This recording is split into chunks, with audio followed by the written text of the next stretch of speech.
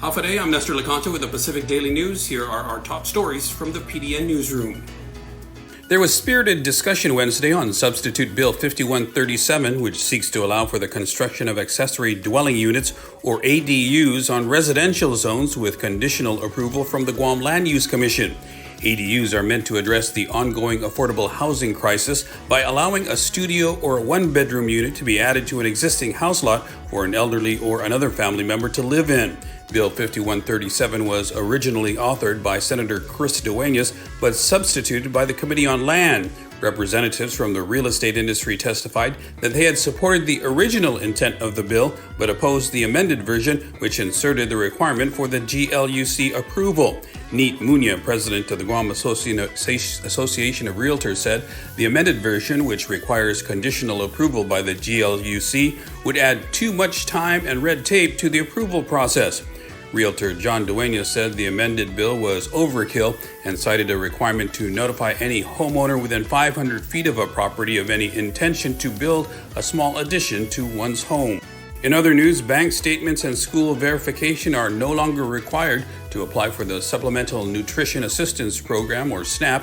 That's effective immediately, according to the Department of Public Health and Social Services. This is in addition to the removal of the mayor's verification announced last year to qualify for the SNAP program. Public Health's Bureau of Economic Security of the Division of Public Welfare said this will make SNAP, previously called the Food Stamp Program, more accessible to people on Guam.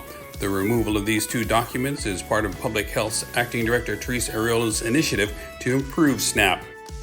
Two long-standing complaints filed with the Guam Board of Medical Examiners, including one that involves the death of a patient at Guam Regional Medical City, are being slowed by a lack of legal counsel for the board.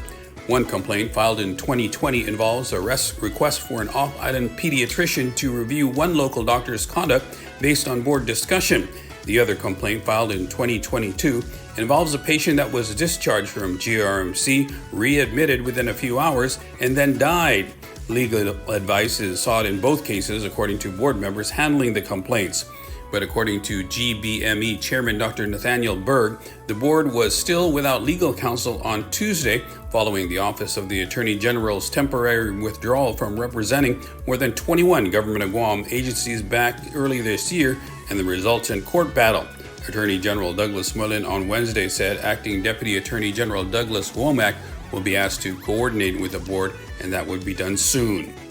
In other news, the $6 million refurbishment project that will get students back to FB Leon Guerrero Middle School in Jigo is being targeted by thieves. Education Superintendent Eric Swanson told the Guam Education Board on Tuesday night. Swanson said people are breaking into the campus at night and stealing from the contractor fixing the school. Individuals may be using tools stolen from the school contractor to cut open the fences at the campus and then steal wiring out of the building, Swanson told the board. Structural issues at FBLG have had the middle school students attending double session classes with Okudu High School students in Dededo since January of 2023.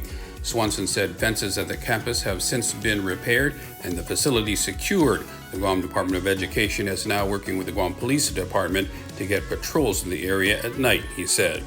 For more on these stories, go to GuamPDN.com and follow us on social media.